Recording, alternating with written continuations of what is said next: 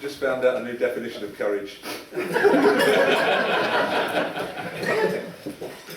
Okay, now we've got to see what the counterpart is here in terms of this. So Gail is going to take the floor in a moment, but Gail was telling me earlier on that when she was younger, you know, in terms of the romantic aspect of things, she was sitting with a boyfriend at the time, and they were going to be engaged, and you know, everything was fine and hunky-dory, and she was sitting there, and she was a glass of wine, both of them had it, and she just looked and she just said, "I love you." And the young man that she was with said, "Are you talking to me or the wine?" She says, "I'm talking to the wine, not you." And that's how it stayed.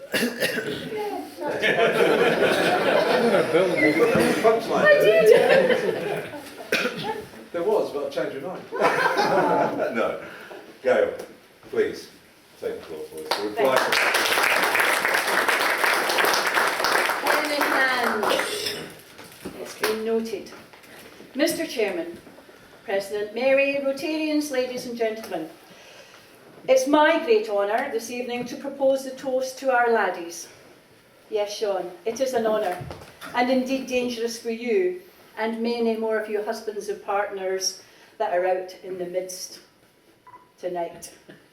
As not only is your wife in the audience, but many other women who will agree with me that we do not have, or we do have, the right to nurse our wrath. Just like Tam O'Shanter's Kate, because you lads think you can get away with everything, especially you golfers.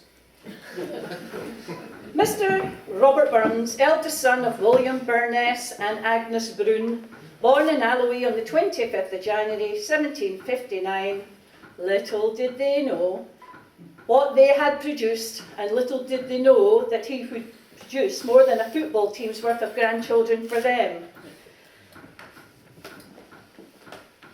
Mostly out of wedlock, with various women. But if that happened now, I'm sure Jerry Mikhail would love to have him on his programme, sorting out Ravi, but with another series lined up for all the DNA testing. It was so lovely to hear Sean use Burns' first love poem to Nell Kilpatrick as his inspiration for his own life with Jill. I quote again. "I never had the least thought nor inclination of turning poet until I got heartily in love. Then rhyme and song became the spontaneous language of my heart." Yes, Burns truly loved women, and without us, he would not have written a word. Food for thought there, Sean. Madge Simpson, blue candy floss hair, and Homer, with his Rapsy Nesbit fashion style, would certainly have been an interesting mixture for you and Jill, and an inspiration for your relationship, and I know Jill would have something to say about that. However, Ravi also thought women as a superior species. When he said, "Mother Nature, her prentice hand she tried on man, and then she made the lassies o." I'm beginning to warm to this man. And you laddies, take note, we are the superior species. But of course, we women already knew that. And nowadays they call it girl power. Even grandmothers, they know that they have the power. Because my good friend Susan, the newlyweds up there, told me this wee story about her granddaughter. She was only 4 years old. The granddaughter picked something up off the ground, started to put it in her mouth, and Susan took it away from her and told her not to do that. And of course, 4-year-old, why? Because it's been on the ground. You don't know where it's been, it's dirty, it's covered in germs. The granddaughter looked at her grandma and went, "Grandma, you're so smart. How do you know all this stuff?" Susan said, "All grandmas know this stuff. It's in the grandma's test. You have to know it before they let you be a grandma." A few minutes later, after pondering this new information, she beamed and shouted out, "I get it, Grandma, I get it. So if you don't pass the test, you have to be the granddad. Exactly, said Susan. Oh, we may not think straight and straight line Sean, as you say men do, but we do not possess the selective hearing gene that all the male species have. You know the one I mean, ladies, you know this one. Ignoring the simple request to put your dirty laundry in the laundry basket, put the toilet seat down, take the rubbish out, put that picture up on the wall for me, darling, please. All ignored. But you lads can repeat a conversation word for word after we've been talking to our friend on our phone in the other room with the door closed and the TV blaring. Oh, when I say you've got that selective hearing, how about when we say, oh, we're going to bed? And when you hear it as that other three-lettered word beginning with S and X. You all have this gene, and I know this because the doctor was telling me about the 71-year-old man. He arrived for his physical check-up on Monday. He met him again the other day in Dunblane in the high street, and he had this gorgeous woman on his arm. Asked him if he was doing well. The man replied, just doing what you said, Doc.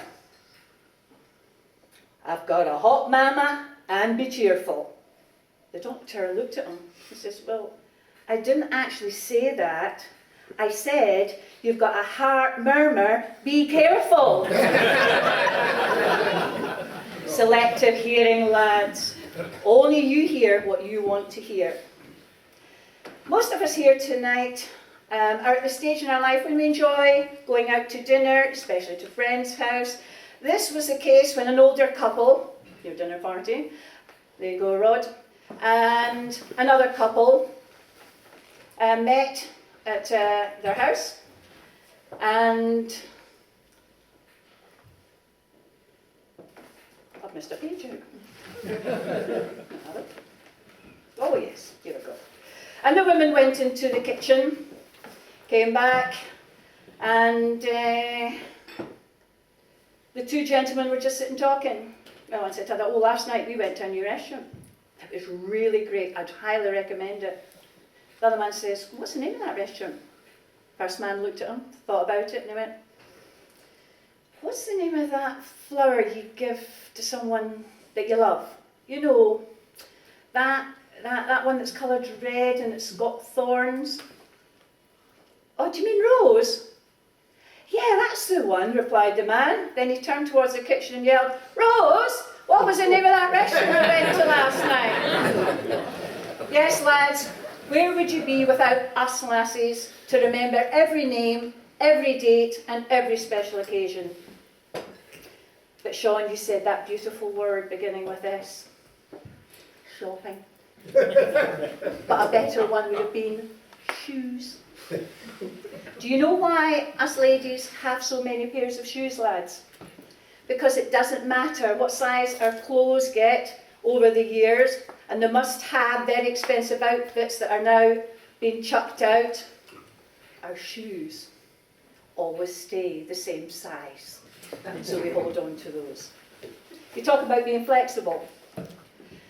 Just like my arrogant neighbour, thinks he's Mr. Wonderful. And he was told by his doctor that he could only hold his stomach in for so many years. Not true. And had to get himself back into shape. So he went to Glen Eagles, he's a bit arrogant, a upmarket fitness place. And he decided he would try the mixed sexes exercise. He thought he was God's gift to women as well. Well, he twisted, he gyrated, he jumped up and down, he perspired for about an hour, but by the time he had tried to get his latest lycra shorts on, the class was finished. Since this is actually my first address to the laddies, I thought I would better find out a wee bit more about this Rabbie Burns. And because he seems to have captured the heart or knew the secret to many a woman. And the more I read about him, the more I warm to him. I think I'm falling under his spell. Forbes, I'm going to just add a wee bit to what you were saying. His two influences in his life were actually women. His mother, a small, vibrant woman with red hair. She couldn't write, but she was a beautiful reader. She was the one that fueled Rabbie's imagination and passion for words and stories. No TV or Spotify in those days, you know. She also read traditional Scottish stories, sang old folk songs, which laid the foundation for her son's passion for rhyme and song. And the other person was a woman. It was his mum's best friend, Betty Davison, who delighted in telling the boys ghost stories involving the devil and warlocks and fairies. And this would have terrified any small boy listening to Betty's tall tales of superstition, apparition and dragons as they sat by the dim light of the crackling fire. Having these strong women in his life, Robert was an advocate for women's rights way before Mrs. Pankhurst. This was groundbreaking news and shocking and laughable, particularly among the men Burns fraternised with in his supper clubs and Masonic halls. And the poem, The Rights of Women, that he wrote may also seem patronising to us today, but he supported women and their rights of decorum, protection and admiration. We women may be the superior species, but even nearly 225 years later, we still need to know that we are respected, protected and admired by you laddies. Yes, he had many affairs, but as my granny said, after she had one of those change-of-life babies at 42 years old, if the pill had been a Maddie hen, there'd been nae news. So I'm thankful now that he did have his dalliances, and as they have given us this heartfelt, passionate poem and songs that we are here to celebrate tonight. Most of all, ladies and gentlemen, I think he had a wicked sense of humour. That is why he melted the hearts of all these women. He made them feel happy in more ways than one. And if a man is going to win your heart, he needs to have a sense of humour to keep us ladies laughing, even if most of the time you men don't realise or mean to be funny. My late father always said 2 words always got him out of trouble, and he was presented with a medal on his golden wedding with the inscription, "Yes, dear." This made for a harmonious relationship most of the time.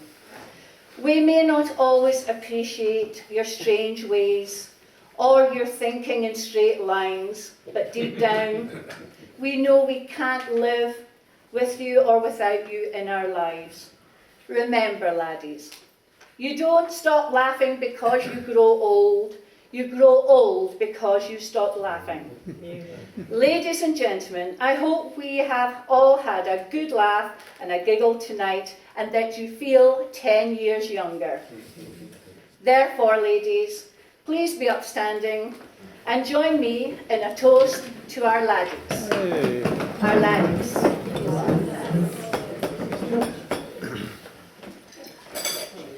Thank you.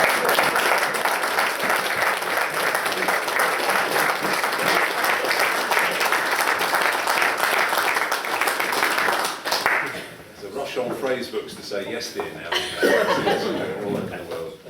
Yeah, well, that was absolutely splendid. Thank you so much. And I did feel the dirt go in a little bit to the shawl underneath there, so thank you.